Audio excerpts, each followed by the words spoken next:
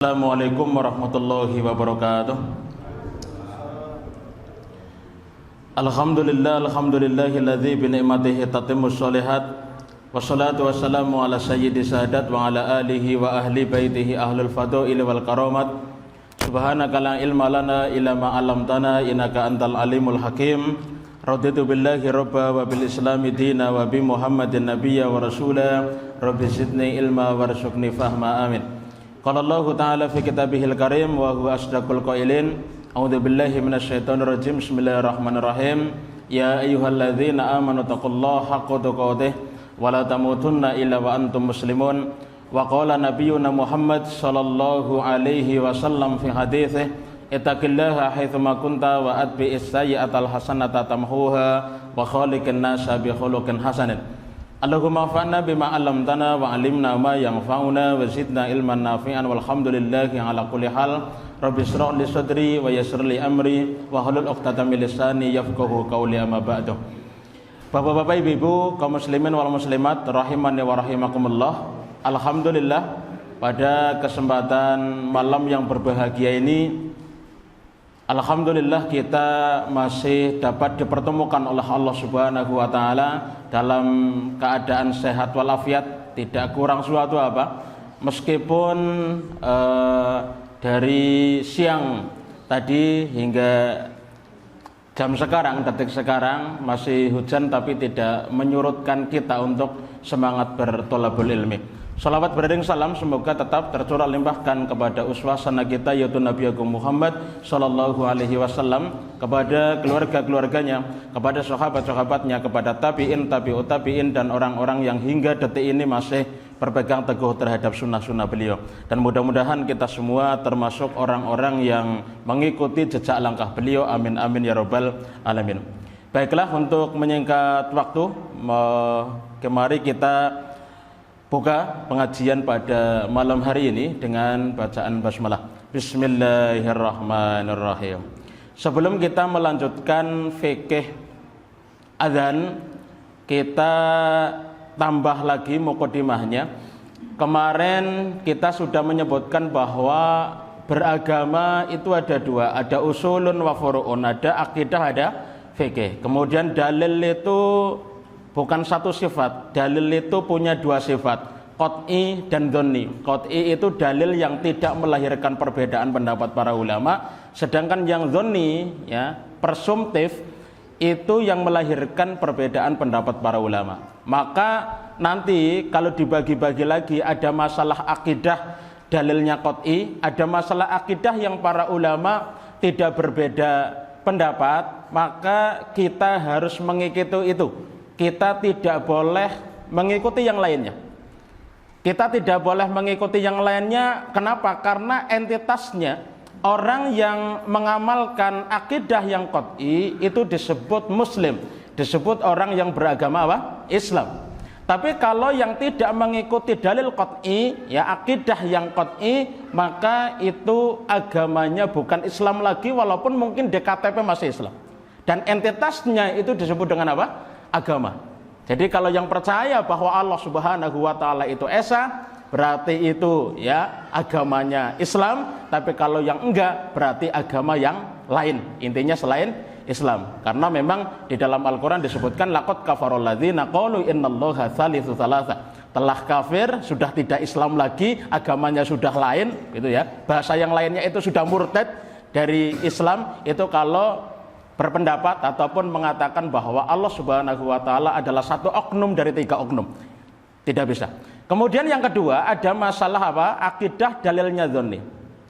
Ini melahirkan entitas yang namanya firqah. Firqah ini nanti terbagi menjadi dua, ada firqah najiyah, kelompok selamat, golongan selamat, ataupun yang disebut dengan ahlus sunnah wal jamaah. Kemudian kalau yang menyimpang namanya apa? Ahlul bid'ah wad dhalalah, ataupun firqah dhalah. Apakah kita boleh berbeda dalam hal ini? Kalau kita kepengen benar-benar masuk Islam, ya, Islam yang sejati, maka kita tidak boleh mengikuti aliran-aliran yang menyimpang, ahlul bid'ah wad dhalalah. Itu kita tidak boleh. Kita harus mengikuti akidah yang lurus, yaitu apa? ahlu sunnah wal jamaah. Di antara persoalannya adalah kalau ahlu sunnah wal jamaah menyikapi pelaku dosa besar itu masih muslim, fasik gitu ya, muslim tapi fasik ya, tapi masih muslim.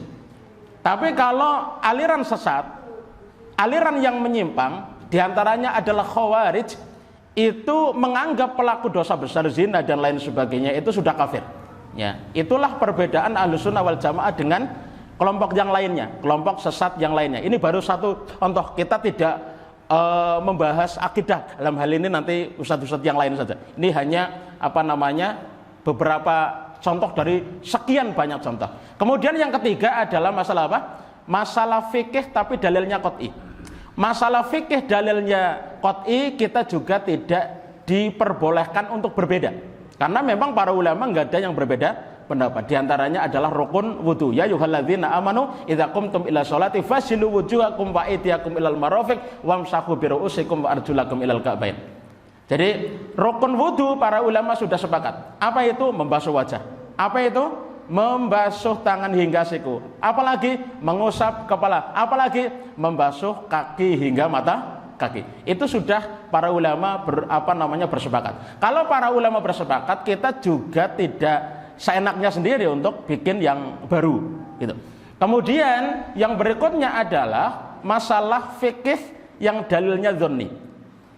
Masalah fikih tapi para ulama berbeda pendapat gitu ya. Di antaranya adalah masih di dalam rentetan ibadah wudu di dalam Al-Qur'an ayat tadi ya ayyuhalladzina amanu idza qumtum ila sholati fasilu wujuhakum wa aydiyakum ilal marafiq wamsahu bi gitu. Jadi di dalam Al-Qur'an gara-gara ada bi, gara-gara ada huruf ba jar itu istilahnya kalau dalam bahasa Arab, itu melahirkan perbedaan pendapat para ulama. Jadi para ulama sudah sepakat bahwa mengusap kepala itu rukun wudu. Itu para ulama sudah sepakat. Namanya apa? Fikih qot'i. Tapi para ulama berbeda pendapatnya di mana? Berbeda pendapatnya itu di kadar ya, yang diusap itu seberapa. Lah ini para ulama berbeda pendapat. Lah inilah nanti lahirlah madhab. Nah madhab itu ya urusannya terkait dengan apa? Fikih dzanni istilahnya. Kita boleh berbeda. Kenapa boleh berbeda? Karena memang entitasnya disebut madhab. Nanti madhab itu ada yang kuat, ada yang tidak kuat. Namanya rojih wal marjuh istilahnya gitu. Ada pendapat kuat, ada pendapat lemah. Lah hanya saja pendapat kuat, pendapat lemah itu kita sebagai orang awam itu nggak tahu. Makanya kita harus mengikuti pendapat para ulama. Menurut madhab Syafi'i kunut subuh itu yang kuat pendapatnya yang mana? Yaitu sunnah. Mazhab Hambali tidak sunnah begitu. Mazhab Maliki sunnah. Mazhab Hanafi tidak sunnah gitu. Itu menurut pendapat yang kuat versi mereka. Karena memang setiap mazhab itu punya ulama ahli tarjih masing-masing. Dan yang menjadi masalah juga, walaupun ada pendapat yang kuat, ada pendapat yang lemah, setiap ulama baik dari 4 mazhab ataupun ulama-ulama yang lain, mazhab Hanafi, mazhab Maliki, mazhab Syafi'i dan mazhab Hambali itu selalunya berpendapat. Berpendapatnya apa? Ra'yi shawabun yahtamilul khata'. Pendapat saya benar tapi mungkin salah. Pendapat saya menurut saya paling benar. Ya. Tapi mungkin saja apa? Salah. Wa ra'yu ghairi khata'un yahtamilul khata', yahtamilus shawab. Kemudian pendapat selainku, ya, kata pendiri mazhab, ya seluruh pendiri mazhab seperti itu, ya. Wa ra'yu ghairi khata'un.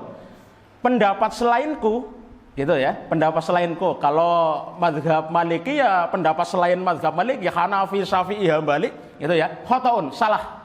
Yahtamilus shawab, tapi memungkinkan untuk benar. Jadi memang ya pendiri mazhab pun itu tidak bisa memastikan bahwa ini adalah pendapat yang paling benar. Ya, maka kalau kita seperti itu, maka kita harus bijak menyikapi perbedaan pendapat. Kalau kita sudah tahu bahwa masalah kunut subuh ada perbedaan pendapat. Nah yang menjadi masalah adalah bagaimana para ulama itu menyikapi perbedaan pendapat. Nanti ulama kan harus kita ikuti begitu. Ya, harus kita ikuti. Sebelum kita menyikapi perbedaan pendapat para ulama, kita harus tahu ulamanya yang beda-beda itu kira-kira menyikapi perbedaan pendapat di masyarakat itu seperti apa. Apakah langsung frontal, apakah yang lain disalahkan semua atau enggak? Ya, kita baca ya diantaranya di dalam kitab Majmu' Fatawa karya Imam Ibnu Taimiyah, banyak banget contohnya ya terkait dengan itu, tapi kita ambil dari beberapa hal. Sebenarnya kalau enggak hujan tak bawa kitabnya. Kitabnya ada 3 jilid, ya lumayan berat. Enggak yang diambil ini. Ya, karena jilidnya itu ada sekitar 36 37. Kalau Pak Ilham punya besok dibawa. Tak bacakan juz 19, juz 20, juz 22. Nanti kita buka. Ya, jadi Imam Ibnu Taimiyah itu sangat bijak sekali kepada orang yang beda mazhab. Ya. Di antaranya pendapat beliau ya di dalam kitab Majmu' Fatawa jilid 24 halaman 172 dan 173. Ya. Karena memang di bawah sendiri ya, di bawah sendiri habis itu loncat gitu ke belakang. Wa ammal ikhtilafu fil ahkami fa aktsaru min ayyan dabitu. Adapun perbedaan pendapat masalah fikih dzanni. Perbedaan pendapat masalah fikih yang dzanni, yang para ulama memang berbeda pendapat, fa'aksar itu banyak sekali min ayyan dabito, sudah tidak terhitung lagi. Jadi perbedaan pendapat para ulama dalam fikih dzanni itu memang banyak banget, bukan hanya kunut subuh, bukan hanya kalau mau sujud itu lututnya terlebih dahulu atau tangannya terlebih dahulu. Kemudian tidak hanya mengangkat kedua tangan dalam takbiratul ihram itu sejajar dengan daun telinga atau sejajar dengan pundak, tapi banyak banget itu. Ya, kata beliau fa'aktar, banyak min ayyan itu. Ya, banyak banget tak terhingga. Jadi memang banyak sekali. Walau kana kullu makhtalafa muslimani fi syai'in. Kalau seandainya ada 2 orang yang berbeda pendapat. Ada 2 orang yang berbeda pendapat dalam masalah yang memang diperselisihkan hukumnya oleh para ulama. Ada yang setuju dengan kunut subuh, ada yang enggak. Tahajaro, habis itu bentak-bentakan, habis itu gelut, gitu ya, habis itu tengkar dan lain sebagainya. Lam yabqa bainal muslimaini ismatan wala ukhuwah. Maka tidak ada penjagaan darah, ini paten-patenan ya seperti itu. Kemudian apa? Wala ukhuwah, ya tidak ada ukhuwah ya, persaudaraan lagi itu antara sesama muslim. Karena memang perbedaan pendapat itu banyak sekali. Jadi Imam Ibnu Taimiyah mengingatkan kita, kalau masalah fikih yang dalilnya dzanni, yang para ulama berbeda pendapat, itu jangan dijadikan ajang tengkar. Ya, jangan dijadikan ajang gelut bunuh-bunuhan dan lain sebagainya. Jadi Imam Ibnu Taimiyah mengingatkan itu di awal. Ini saya mulai dari situ. Yang berikutnya adalah ini salah satu contoh bagaimana para ulama menyikapi perbedaan pendapat. Sekali lagi, para ulama menyikapi perbedaan pendapat. Nanti baru kita ikuti ulamanya. Gitu ya. Wa minal ma'thuri, termasuk pendapat yang kuat, Anar Rasyida, bahwasanya Khalifah Harun Ar-Rasyid. Jadi Ar-Rasyid yang dimaksud di kitab Majmu' Fatawa ini adalah Khalifah Harun Ar-Rasyid.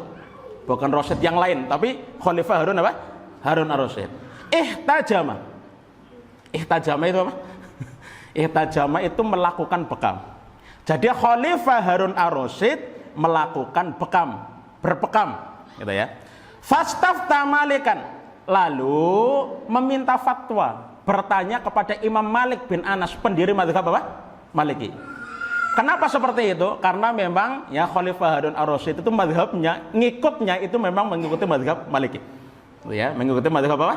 Maliki. Fa'aftahu, lalu Imam Malik bin Anas memberikan fatwa, memberikan apa? Jawaban, bi annahu la wudu'a alaihi.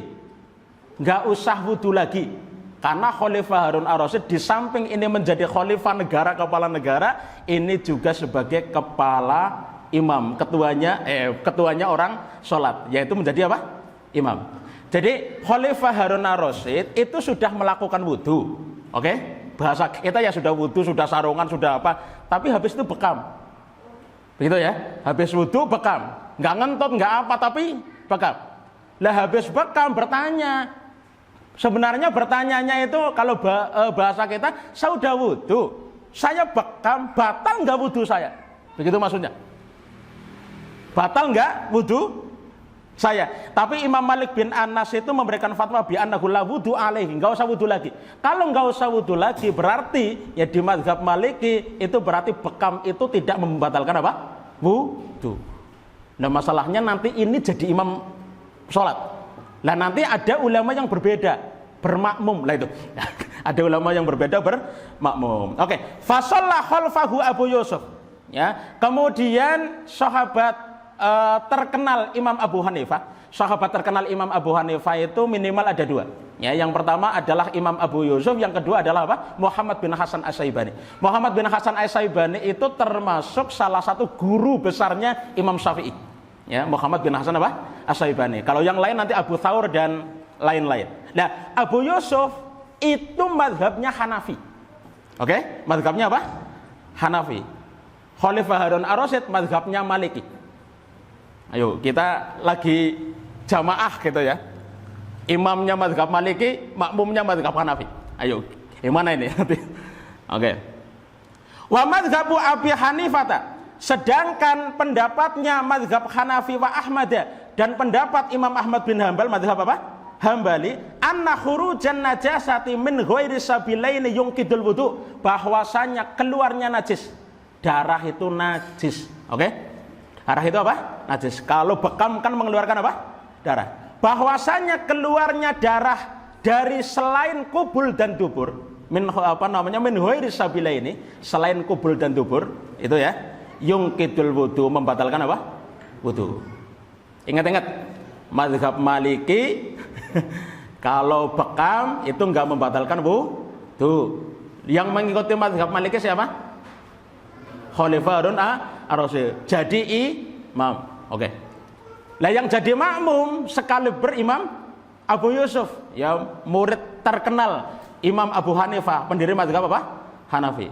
Pendiri mazhab Hanafi gitu ya, karena Muhammad Abu Yusuf itu mengikuti mazhab Hanafi. Kalau di mazhab Hanafi itu membatalkan wudu. Bahasa kitanya itu, saya misalnya sebagai Abu Yusuf sebagai makmum, menurut mazhab saya imamnya itu enggak sah. Menurut mazhab saya imamnya enggak sah. Karena mazhab saya gitu ya, mazhab Hanafi, kalau sudah wudu habis itu apa? Berbekam kok tidak wudu lagi, wudunya batal. Artinya kan sholatnya enggak sah. Dianggapnya kan seperti itu kan. Jadi perbedaan pendapatnya itu ekstrim antara apa? Antara seorang makmum dengan seorang apa? Imam. Dalam pendapatnya. Ayo dilanjutkan. Wa mazhabu Malikin wa Syafi'i, sedangkan kalau menurut mazhab Maliki dan mazhab Syafi'i, annahu la yungkidul wudu, bahwasanya berbekam itu tidak membatalkan wudu. Ini berarti sikap bijaknya siapa ini? Ya. Khalifah Harun Ar-Rasyid atau sikap bijaknya Muhammad Abu Yusuf sebagai makmum. Oke. Ayo dilanjutkan. Faqila li Abi Yusuf, maka setelah sholat gitu ya. Ya karena ini sholatnya sudah sudah kadung berjalan begitu, sudah kadung dilaksanakan, Muhammad Abu Yusuf itu jadi makmum, kemudian Khalifah Harun Ar-Rasyid jadi imam. Sama sebenarnya masyarakat dulu sama masyarakat sekarang itu ya biasa. Kalau beda mazhab itu sendol-sendolan gitu ya, sendol-sendolan. Kalau di sini disebutkan faqila li Abi Yusuf, maka Abu Yusuf itu ditanya, "Atusholli khalfahu?" Kok mau sholat di belakangnya beda mazhab sih? Padahal menurut pendapatmu wahai Abu Yusuf, imamnya enggak sah karena dia wudu habis bekam enggak wudu lagi itu. Menurut pendapatmu kan enggak sah. Intinya kenapa kamu mau makmum bersama imam yang beda mazhab? Gimana itu? Ya, faqala, maka Imam Abu Yusuf itu menjawab, subhanallah, maha suci Allah, Amirul Mukminin. Khalifah Harun Ar-Rasyid itu Amirul Mukminin. Masa saya enggak mau sholat di belakang yang beda mazhab, tapi yang beda mazhab itu sekaliber Amirul Mukminin Khalifah Harun Ar-Rasyid.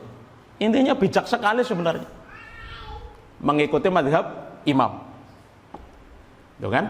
Mengikuti mazhab apa? Imam.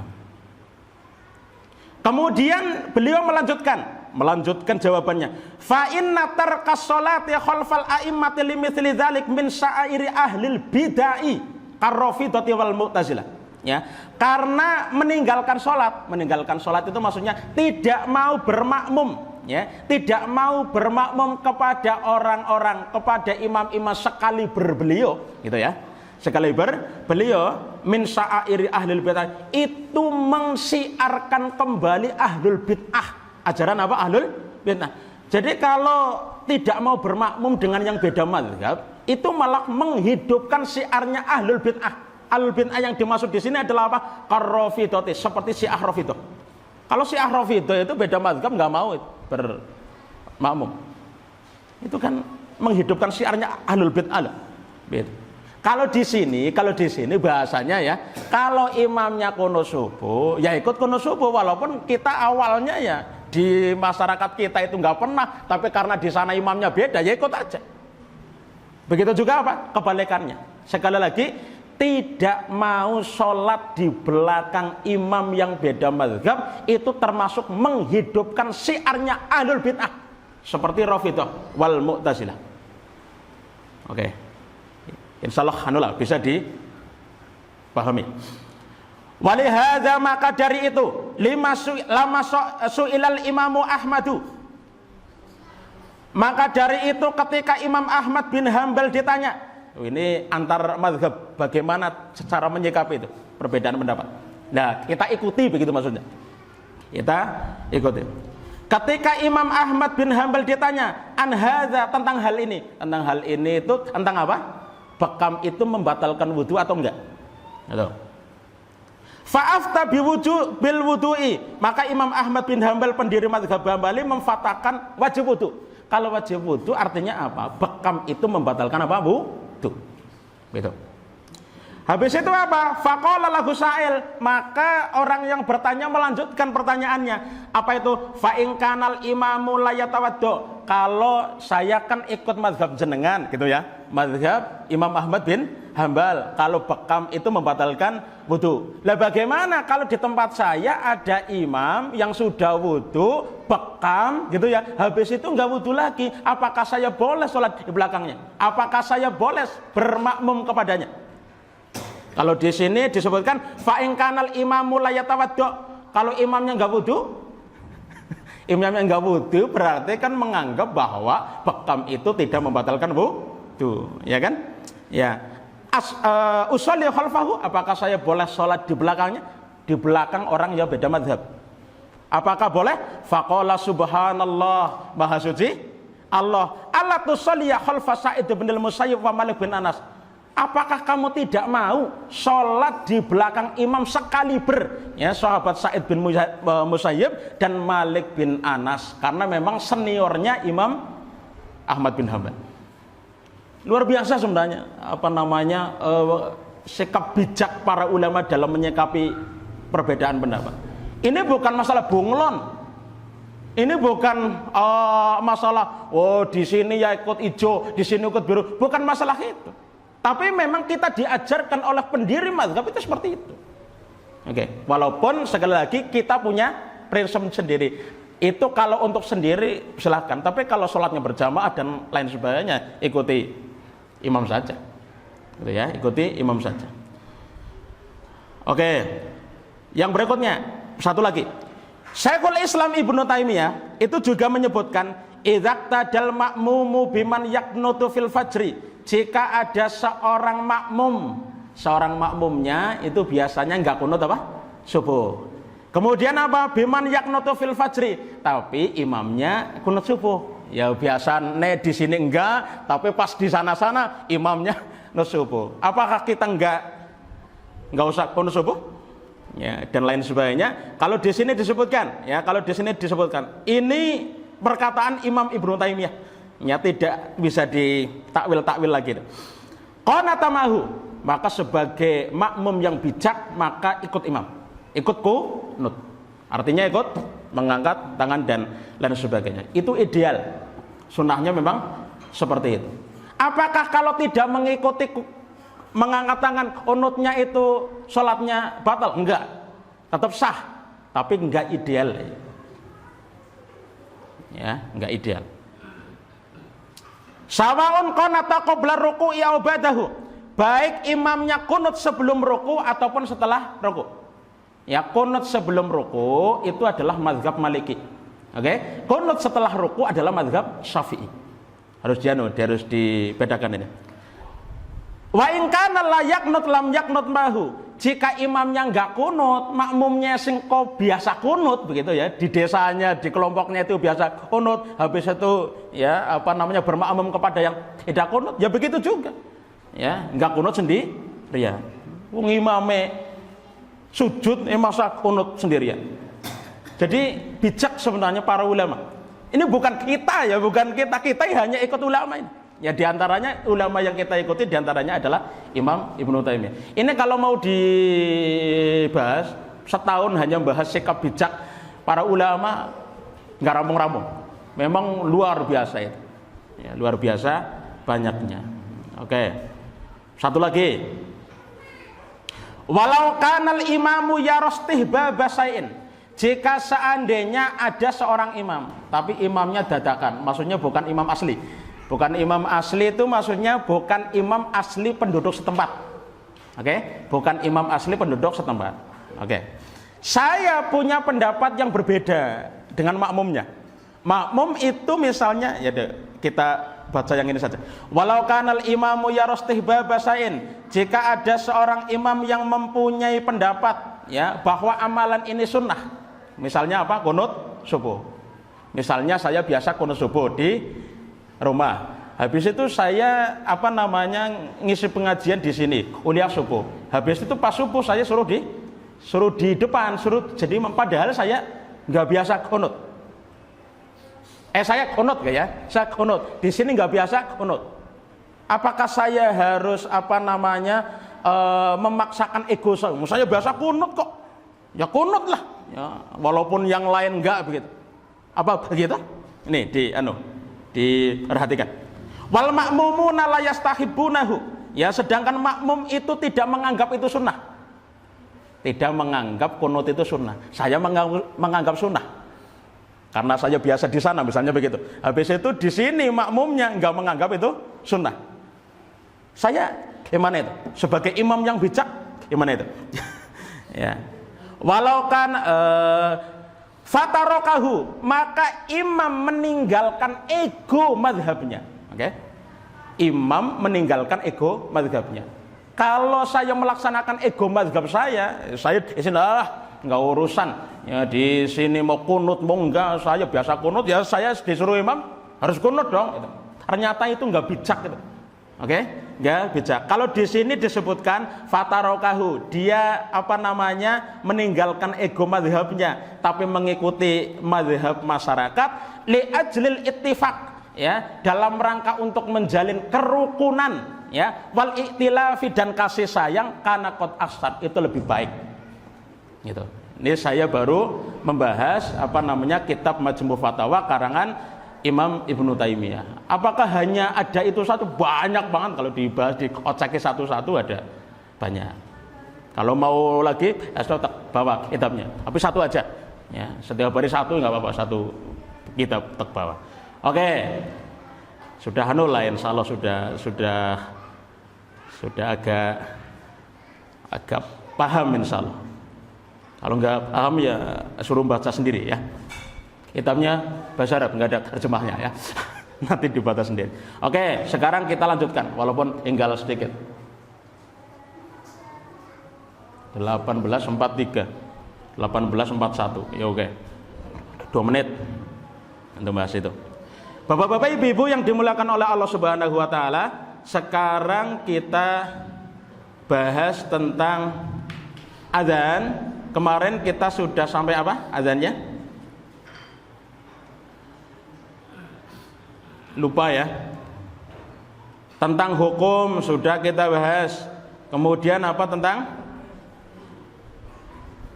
apa lagi?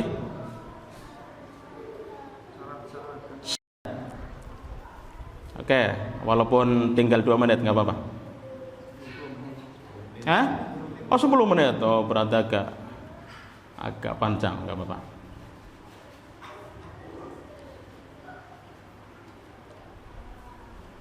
Sebentar, dadak nyari dulu.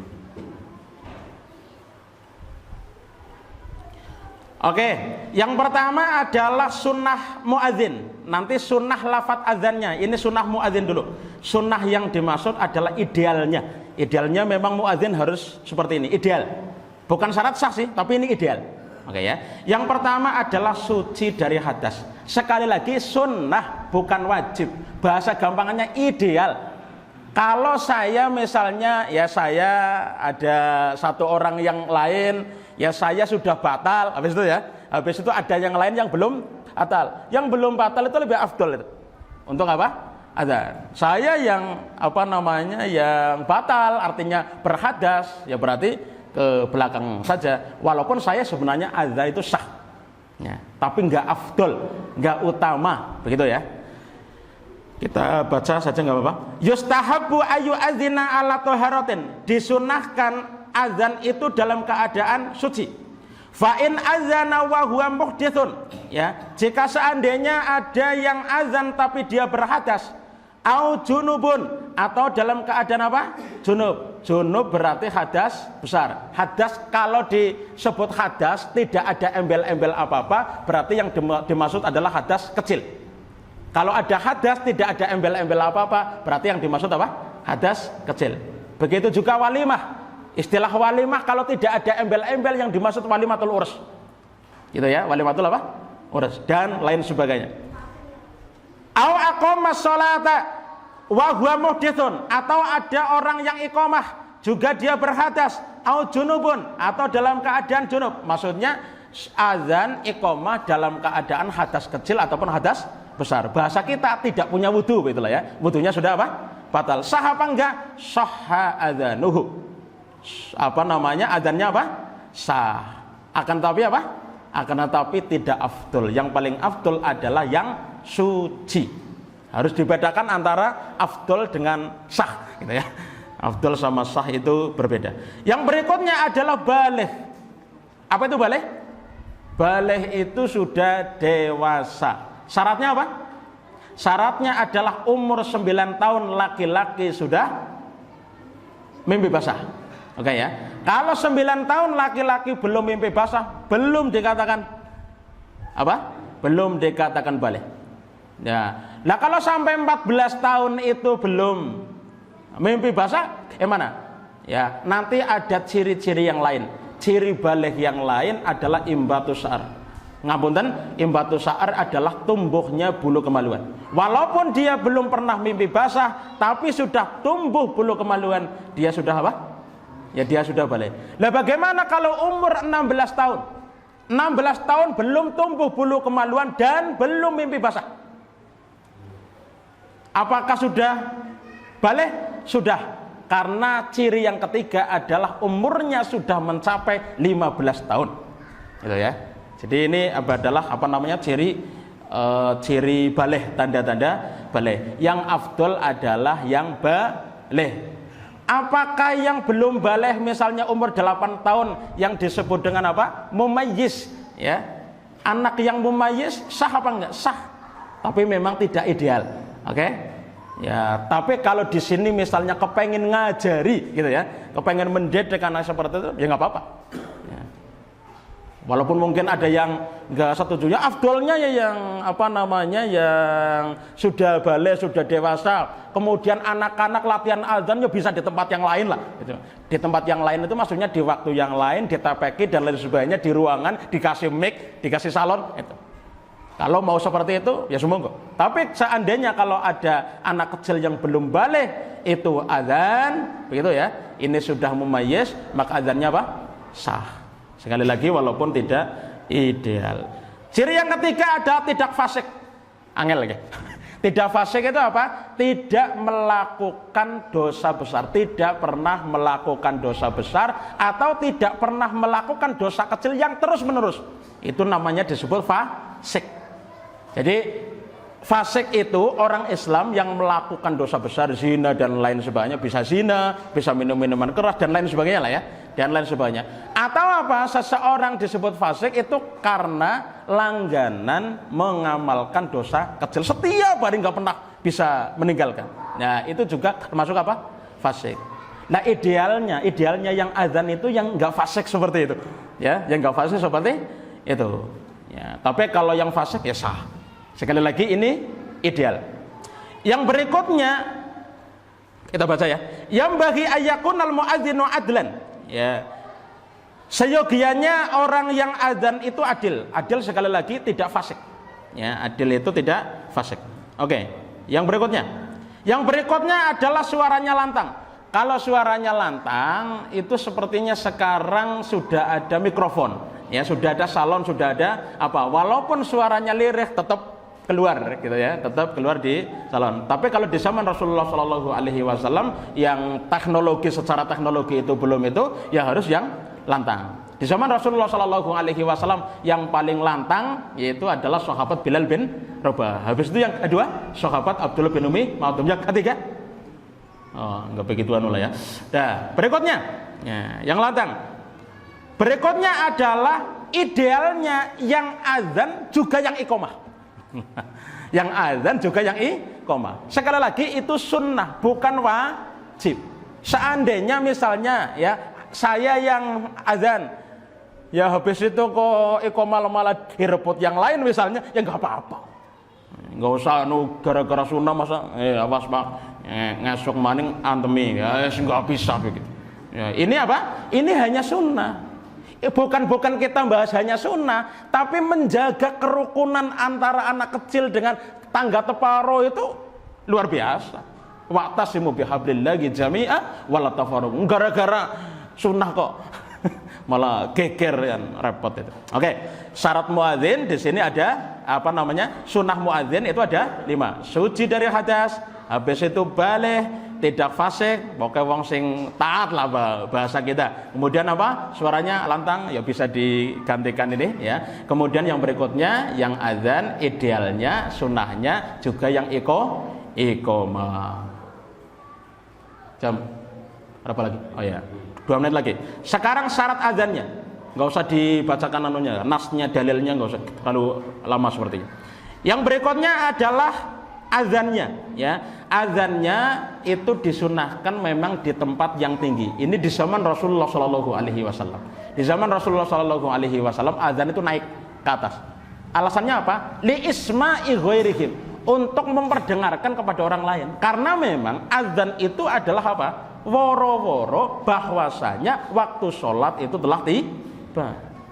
Lo nang jero jupek ya hanya 1-2 orang yang dengar kan? Ya tidak bisa didengar oleh orang lain. Di tempat apa? Yang tinggi. Yang berikutnya adalah berdiri dengan menghadap kiblat. Jadi berdiri itu sunnah, bukan apa? Rukun. Seandainya misalnya ada orang yang tidak bisa berdiri, oke, karena jatuh dan lain sebagainya, karena sakit dan lain sebagainya, azan sah apa enggak? Enggak apa-apa, walaupun sambil duduk, itu enggak apa-apa. Tetap apa? Sah. Ya, tapi memang idealnya yang berdiri, ya. Idealnya yang sehat lah bahasa kitanya. Nah masalahnya yang sehat itu kadang waktu ya awal waktu sholat belum datang, yang sudah datang yang itulah ya udahlah langsung saja nggak apa-apa. Yang berikutnya menghadap kiblat. Jadi tidak menghadap kiblat sebenarnya sah, ya karena menghadap kiblat itu apa? Sunnah. Kemudian yang berikutnya adalah ini agak panjang pembahasannya. Nanti kalau hayya 'alas shalah, hayya 'alal falah itu agak kanan ke kiri. Ini kita bahas di pertemuan yang akan datang di bulan depan. Insyaallah pekan ketiga dan pekan keempat kita akan lanjutkan kembali. Kalau ada pertanyaan nanti sharing di di luar forum saja. Ini saja yang bisa kami sampaikan, kurang lebihnya kami mohon maaf yang sebesar-besarnya. Kita tutup dan baca alhamdulillah. Alhamdulillahirabbil alamin. Subhanakallahumma wa bihamdika asyhadu an la ilaha illa anta astaghfiruka wa atubu ilaik. Sekian, assalamualaikum warahmatullahi wabarakatuh.